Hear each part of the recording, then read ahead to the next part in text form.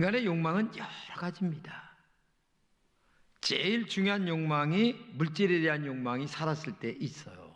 그 다음에 물질에 대한 욕망이 어느 정도 채워지면 그 다음에 명예에 대한 욕망이 채워지기를 바라고, 그 다음에 명예에 대한 욕망이 조금 있으면 이제 죽을 날이 가까우면서 생명에 대한 욕망으로 나아가게 되는 것입니다. 그래서 3대 거짓말이 있다고 그러잖아요. 처녀가 시집 안 간다. 새빨간 거짓말이다. 장사하시는 분이 아무 이윤도 없이 드리는 겁니다 하는 말도 새빨간 거짓말이다. 그 다음에 연세가 많으신 어른께서 아이고 죽고 싶어 하는 말도 그건 100% 거짓말이다. 이렇게 3대 거짓말이 있다고 하는데, 한마디로 얘기하면 인간은 살고 싶은 욕망이 제일 큰 욕망이라는 얘기입니다. 그건 사실이고요. 미국의 그 생명공학 기업인 선진세포기술이라고 하는 그 회사가 있는데, 로버트 랄초라고 하는 그 박사가 생명에 대한 그 연구를 해가지고 세포를 증식시켜서 연장했습니다. 소가 보편적으로 약 20년 살아가는데 30년을 살게 했어요. 이것을 사람한테 적용을 하게 되면 약 150살까지 살 수 있다라고 하는 통계가 나온 겁니다. 그러니까 사람들이 굉장히 흥분을 했죠. 근데 왜 그러냐? 한마디로 얘기하면 바로 생명에 대한 애착이 그렇게 강하다. 이것이 증명이 된 겁니다. 그래서 영국의 국왕이었던 에드워드 4세는 죽어가면서 조금이라도 나의 생명을 연장할 수 있다면 내 재산 다 주겠다, 이렇게 얘기한 적도 있습니다. 한마디로 생명에 대한 애착이 강하기 때문에 그렇죠. 그러나 인간은 죽음의 한계를 뛰어넘지 못합니다. 아무리 건강해도 살다가 죽게 되는 것이 인간입니다. 조금 있으면 이제 여러분과 저의 차례가 오게 되는 거죠. 우리가 잘 아는 성철 스님 있잖아요. 그분이 여러 얘기를 많이 했지만은 마지막으로 한 말 중에 하나가 나는 큰 죄인이다. 죽으면 지옥에 간다. 이분이 수양을 얼마나 많이 했습니까? 근데 인간의 죄는 수양 가지고 해결되는 게 아니에요. 예수님의 십자가의 보혈의 은혜가 아니면 절대적으로 해결될 수 없는 것이 죄입니다. 그래서 불교의 그 철학책인 108번뇌에 보게 되면 불교에서는 죽음을 받아들여라, 그것이 불교의 철학입니다. 또 이 땅에서 받아들이지 않으면 또 안 되는 것이 또 죽음입니다. 때가 되면 죽음이 오는 거고. 근데 그걸로 끝나지만 특별히 기독교의 십자가의 복음은 인간의 죽음으로 끝나는 것이 아니라 죽음 뒤에 부활의 영광이 있다고 우리에게 말씀하고 계십니다. 이 부활신앙 때문에 기독교가 있고, 이 부활신앙 때문에 오늘 여러분과 제가 이 자리에 나와 예배를 드리고 있다. 그렇기 때문에 성경에 보게 되면 예수님은 부활에 대한 영광스러움이 본인이 제일 첫 열매를 맺으셨고, 그 다음에 너희들도 죽은 게 아니라 잔다라는 말씀으로 부활의 영광에 참여할 것을 우리에게 말씀해 주고 있습니다. 오늘 우리가 읽은 본문은 사울이라고 하는 친구에 관한 이야기입니다. 이 사울이라고 하는 분이 예수 믿는 사람을 잡아다가 감옥에 가두려고 다메섹으로 가는 도중이었는데, 갑자기 하늘에서 밝은 빛이 비추면서 음성이 들려오는 건데, 뭐냐? 사울아 사울아, 내가 어찌하여 나를 핍박하느냐? 사울이 다시 묻습니다. 당신이 누구십니까? 그러자 주님이 말씀하시는데, 네가 핍박하는 예수다, 딱 말씀하시는 거예요. 이때 사울은 완전히 사람이 변화가 되죠. 이것이 오늘 본문의 이야기입니다. 사울은 부활하신 주님을 경험한 후에 완전히 변했습니다. 신앙도 변했고, 삶의 목표도 변했고, 살아가는 삶의 스타일도 변했습니다. 그리고 부정에서 긍정적인 사람으로 변했습니다. 한마디로 말하면 부활신앙은 살아나는 신앙, 그리고 부정이 아니라 긍정적인 신앙으로 변하는 것이 부활신앙인데, 이 사도 바울이 바로 그런 신앙으로 변하게 되었다라는 얘기가 오늘 본문의 이야기죠. 고린도서 15장에 보게 되면 부활을 이렇게 얘기합니다. 부활의 확신이 넘치는데, 한마디로 얘기하면 14절을 이렇게 얘기합니다. 그리스도께서 만일 다시 살지 못하였다면 우리의 전파하는 것도 헛것이요 또 너희의 믿음도 헛것이며. 예, 이 말은 지금 부정적으로 얘기를 하고 있지만 굉장히 긍정적으로 그 다음에 보게 되면 얘기합니다. 헛것이다. 너희가 정말 신앙생활하는 것도 헛것이고 모든 것이 헛것이다. 사실 그렇죠. 여러분, 평생토록 결혼도 못하고 신앙생활했던 사도 바울이 오직 복음을 위해서 살았던 사도 바울인데, 그 사람이 부활이 없다면 가장 불행한 사람이 아닐까. 또 오늘 여기 계신 여러분들도 정말 불행합니다. 왜냐하면 남들은 지금 등산 가서 지금 재미있게 놀고 있는데 고달프게 예배당에 와서 지금 앉아있고 그냥 옵니까? 헌금도 해야지, 뭐 여러 가지 또 봉사도 해야지. 그러면 예수 믿는 사람이 얼마나 손해 보는 겁니까 이게? 그런데 헛것이란 말이 반대적으로 얘기하는 거죠. 그게 아니다. 진짜 예수님은 살아계셨다, 부활하셨다. 그렇기 때문에 너희들이 믿는 예수 그리스도는 살아계신 하나님이시기 때문에 너희들이 믿는 신앙은 너무나 분명하고 천당과 지옥이 있고 영생하는 하나님의 나라가 있다고 하는 사실을 우리에게 말씀해 주고 있는 줄로 믿습니다. 사도 바울이 서신서를 쓸 때에 육신이 굉장히 약했어요. 안질이 걸려서 눈에 눈물이 질질 흐릅니다. 몸이 약해가지고 매일 비실비실 거리면서 살아가는 사람이 사도 바울입니다. 키가 150cm밖에 안 돼가지고 누구에게나 멸시와 천대를 받는 사람이 사도 바울이에요. 그런데 이런 사도 바울이 감옥에 갇혀서 지금 편지를 쓰는데, 그 편지의 내용을 보게 되면 얼마나 환희에 차 있는지, 기쁨에 차 있는지, 그리고 소망과 능력이 있는지 정말 읽어볼 때마다 자신감과 용기와 희망과 미래에 대한 우리의 희망을 심어주는데 더 말할 것도 없어. 왜? 부활의 능력이 그에게 있었고 부활의 희망이 우리에게 있다는 사실을 우리에게 증거해 주기 위하여 그는 이렇게 자신감과 용기를 가지고 우리에게 말씀하고 있는 줄로 믿습니다. 그의 옥중 서신들을 보게 되면 조금도 움츠러들지 않아요. 너무나 기쁨에 찼습니다. 즐거움에 넘칩니다. 기쁨이 감사합니다.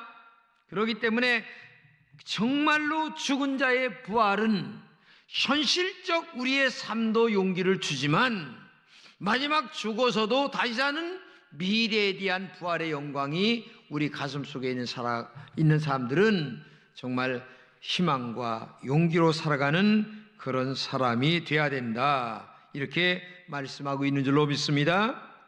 어떤 사람이 사업을 하다 망했어요. 그런데 내 인생은 다 끝났다, 나는 모든 것을 잃었다 탄식했습니다. 그러나 깊이 생각해 보세요. 사업 망했다고 해서 다 죽는 것 아닙니다. 잠시 동안의 어려움과 고난이 있을지 모르겠지만은 사업 망하고 돈 잃고 명예 잃었다고 해서 끝났다 아닙니다. 그런 일을 겪은 사람들이 얼마나 많이 다시 회복하여 인생을 역전으로 살아가는 사람들이 이 세상에는 수없이 많습니다. 그렇기 때문에 오늘 여러분과 제가 어려움과 고난과 역경이 있다 할지라도 이런 어려움과 고난 속에서도 부활신앙을 가진 사람, 그리고 예수 그리스도를 나의 구주로 영접한 사람, 그리고 십자가의 복음을 믿는 사람은 미래에 대한 자신감과 용기를 가지며 오늘도 살아가야 될 줄로 믿습니다. 그러므로 우리의 인생은 정말 끝나는 것이 아닙니다. 우리의 인생은 정말 아무리 희망이 없다 할지라도 좌절감과 낙심으로 날마다 살아가는 게 아니에요. 희망과 용기를 갖고 살아가는 사람이 하나님의 사람인 줄로 믿습니다. 부활신앙은 그렇게 살아가는 거예요. 부활신앙은 오늘의 어려움을 극복해 가는 겁니다. 부활신앙은 어떤 어려움도 믿음으로 극복하며 이겨나가는 것이 하나님의 사람들의 삶의 태도요, 부활신앙을 가진 사람들의 영적 소망인 줄로 믿습니다. 부활신앙은 우리의 미래를 밝게 만들어주는 희망과 용기의 신앙이기 때문에 그래요. 우리가 장차 부활의 영광에 참여할 사람들이기 때문에 그렇다 그 말입니다. 그러므로 현재의 삶의 모든 여건과 어려움을 이기고 당당하게 살아가는 여러분 되시기를 축복합니다. 사도 바울도 부활의 신앙을 가졌기 때문에 그렇게 어려움과 고난과 역경이 있었어도 그는 이겼어요. 감옥에서도 승리했어요. 감옥에서도 감사했어요. 그렇기 때문에 부활신앙은 이기는 신앙이요, 부활신앙은 감사하는 신앙이요, 부활신앙은 찬양하는 신앙인 줄로 믿습니다. 부활의 확신 속에 바울처럼 현재의 삶을 살아간다면 정말 어떤 고난도 이기는 믿음이 우리에게 있어야 될 줄로 믿습니다. 무엇보다도 장차 다가올 부활의 영광을 생각해 보세요. 거기에 참여할 것을 기억해 보세요. 오늘의 어려움과 좌절과 낙심도 당당하게 이길 수 있는 힘과 능력이 우리에게 있어야 될 줄로 믿습니다. 그런데 사도 바울이 이렇게 어떻게 확신과 자신감과 용기 있는 말을 하면서 살아갈 수가 있었을까? 그것은 딱 한 가지입니다. 한마디로 얘기하면 부활신앙을 가졌기 때문에. 그런데 그 부활신앙을 갖게 된 것은 다른 게 아니고 예수님의 부활을 경험했기 때문에 그는 그러한 자신감과 용기를 갖게 되었다. 아까도 얘기했지만 본문에서 사울아 사울아 네가 어찌하여 나를 핍박하느냐, 그때 나는 내가 핍박하는 예수다라고 하는 말씀을 진짜 귀로 듣고 영안이 열려서 그 예수님을 만났고, 그리고 사흘 동안 눈이 멀었던 눈이 다시 아나니아가 안수할 때에 다시 열렸어요. 그때 그는 완전히 사람이 180도 변합니다. 그의 삶의 이유도 변합니다. 삶의 목표도 변합니다. 살아가는 삶의 스타일도 변합니다. 모든 것이 다 변했어요. 변하지 않은 것이 없어요.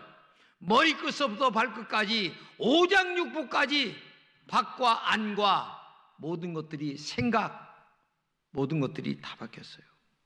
내가 그렇게 핍박했고 내가 그렇게 거부했던 십자가에서 처절하게 멸시받아 나무에 달려 저주받아 죽었던 그 예수가 다시 살아났다는 사실을 마음에 알게 되었고 눈으로 보게 되었고 그리고 음성으로 듣게 되었고 그리고 현실적으로 성령으로 체험했던 그는 변하지 않을 수가 없었어요. 그러므로 그는 지금까지 평생 고정관념으로 가졌던 그의 생각과 그의 이성과 그의 삶의 스타일이 완전히 탈바꿈되는, 깨어지는, 그리고 영적 사실에 대한 눈을 뜨게 되는 그런 변화가 그에게 나타나게 되었다는 거죠. 그러므로 부활 자체가 경험된 것만이 아니라 부활 신앙으로 완전히 자기가 변화가 됐다는 것을 우리가 알 수 있는 거죠. 그렇기 때문에 오늘 우리의 인생에서 영적 경험이라고 하는 것이 그렇게 소중한 것입니다. 영적 경험은 인생의 전환점을 맞이하게 됩니다. 인생의 바른 길을 찾아가게 됩니다. 사도 바울도 한 인간이기 때문에 한편으로는 죽음에 대한 문제에 대하여 고민하지 않을 수가 없었고 또 생각하지 않을 수 없었던 것이 사도 바울의 한 인간입니다. 아마 여기 계신 여러분들도 죽음에 대한 문제를 생각 안 해본 사람이 없겠죠. 그런데 아무리 죽음에 대한 문제를 100번, 1000번을 생각을 해도 해결될 게 없어요. 그런데 예수님 만나게 되면 완벽하게 변화가 일어날 줄로 믿습니다. 저도요, 제가 목사가 될 사람이 아닙니다. 근데 목사가 되게 된 이유가 다른 게 아니에요. 성령으로 예수님을 만나고 나니까 인생의 방향이 바뀌게 되고 내면의 생각이 긍정적으로 변하게 되고 그리고 이 복음에 대한 가치가 가장 소중하다고 하는 것을 알기 때문에 이 길을 걸어가게 되는 거예요. 누가 뭐라고 해도 이 복음은 가장 소중한 것이다. 그렇기 때문에 저도 목사의 길을 걷게 되는 거죠. 그렇기 때문에 오늘도 여러분과 제가 경험된 예수 그리고 영적인 이 경험은 정말 우리에게 소중한 것입니다. 지식을 넘어 그리고 배움을 넘어 그리고 경험되지 아니한 이 영적 세계에 대한 예수님에 대한 경험은 이 사도 바울이라고 하는 한 인간을 완전히 탈바꿈시켜 놓은 한 아주 획을 긋는 역사가 일어나기 시작했죠. 그는 이 부활의 확신 때문에 선명하고 확신한 신앙을 가졌습니다. 그렇기 때문에 오늘도 여러분과 제가 이 선명하고 확실한 신앙을 갖기 위해서는 영적 경험이 우리에게 있어야 된다는 얘기입니다. 물론 한 번의 경험이 전체적인 것은 아닙니다. 그것이 잘못된 신앙으로 빠질 때의 문제도 있습니다. 그러나 그 영적 경험이 잘 다듬어지고 그리고 신학이 뒷받침될 때에 좋은 결과를 가져올 수가 있다. 그래서 이 고린도전서 15장 3절 이하에 사도 바울은 이렇게 얘기합니다. 한번 보겠습니다. 내가 받은 것을 먼저 너희에게 전하였노니 이는 성경대로 그리스도께서 우리 죄를 위하여 죽으시고 장사 지낸 바 되었다가 성경대로 사흘 만에 다시 살아나사 게바에게 보이시고 12 제자에게와 그 후에 500여 형제에게 일시에 보이셨나니 그 중에 지금까지 태반이나 살아있고. 네, 이 말이 무슨 말이냐면은 사도 바울이 죽기 전에 이 고린도서를 썼단 말이죠. 근데 예수님을 만나고 나서 복음 전하다가 죽기 전에 고린도서를 썼는데 그 당시에 예수님을 만난 사람이 사도 바울 자신만이 아니라 부활하신 예수님을 만난 사람이 너무나 많이 있었다는 거예요. 응? 그렇기 때문에 이 부활이라고 하는 것은 믿을 수 없는 사실 같지만 너무나 확고하고도 확실한 사실이라고 하는 사실을 강조하기 위하여 지금 이 얘기를 지금 하고 있는 거예요. 여러분, 사람이 살면서 언제 변질되지 않습니까? 그리고 언제 신앙이 흔들리지 않습니까?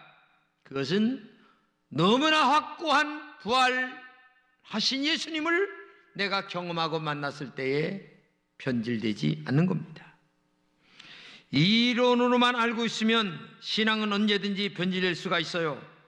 그러나 내가 하나님과의 1:1 관계 속에서 직접 영적으로 경험된 예수를 만났을 때에 돌이킬 수 없는 너무나 확고한, 너무나 분명한, 너무나 사실화된 신앙으로 내 마음속에 못이 박히도록 확고한 신앙으로 될 수가 있는 것입니다.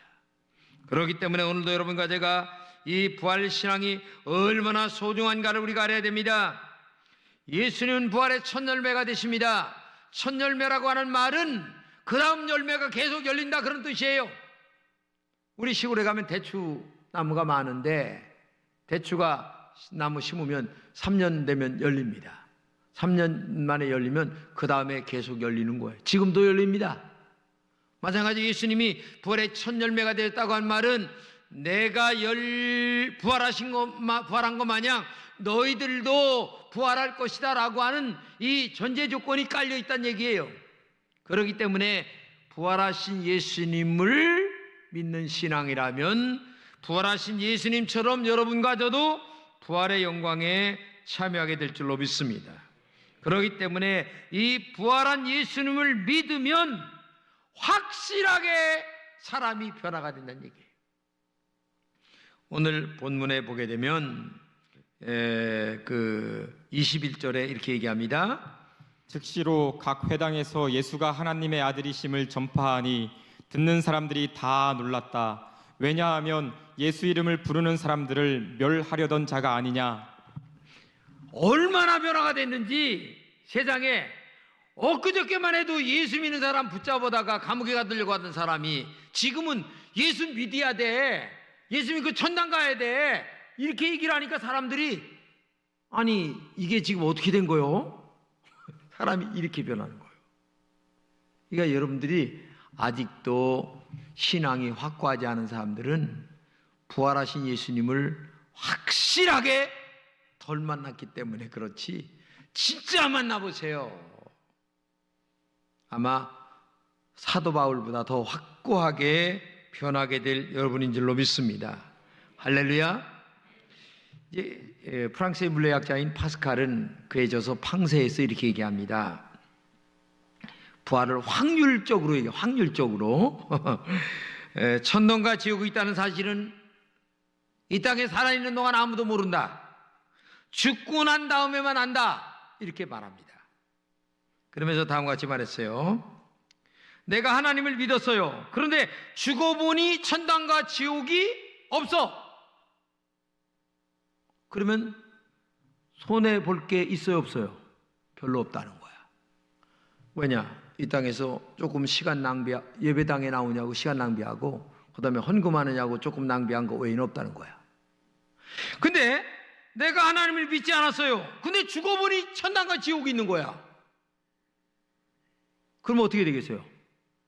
완전 이건 끝장이야. 그럴 때에 만약에 이 세상에 사는 동안에 예수를 믿는 것이 훨씬 더 좋다는 거야. 확률적으로 볼 적에 예수 믿어서 내가 확률적으로 천당과 지옥이 있다 없다 모른다 할지라도 팡세에서 그렇게 얘기하는 게 파스칼이, 그렇기 때문에 살아있는 동안에 예수를 믿는 것이 너무나 좋다는 거야. 부활을 믿는 게 너무나 좋다는 거죠.